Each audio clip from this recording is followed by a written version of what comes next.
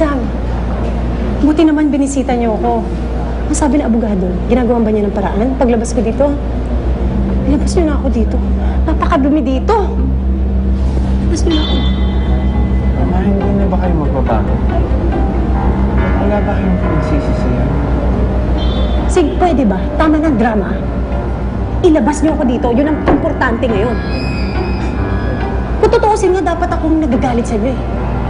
Dapat ako magtampo sa inyo. Sarili niyong ina. Pinakulong niyo. Hindi niyo naisip yun? Hindi mo! Wala kayong karapatan magalit ni magtampo sa amin. Pero kung di meron! Ang dami niyo nasaktan.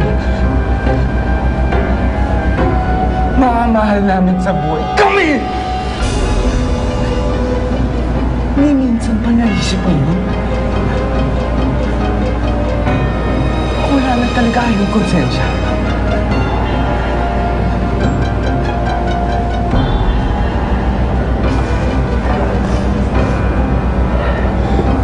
Ma, ito na yung huli natin pagkikita.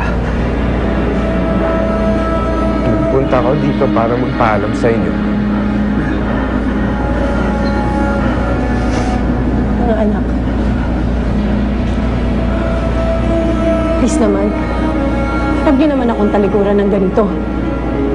Ba't naman sa ganitong sitwasyon? Mahal na mahal ko kayo. Kung gusto kong gawin niyo, tulungan niyo akong lumabas dito, ha? Ha? Ma. Ha? Gumawa ka ng paraan, Sid. Ma! Sarili niyo lang mahal niyo. Hanggat hindi ka nagbabago, mag-iisa ka lang. Sid. Tulungan mo ako, Sam, ha? Sabihin mo sa kuya mo, tawagan agad ang abogado, ha?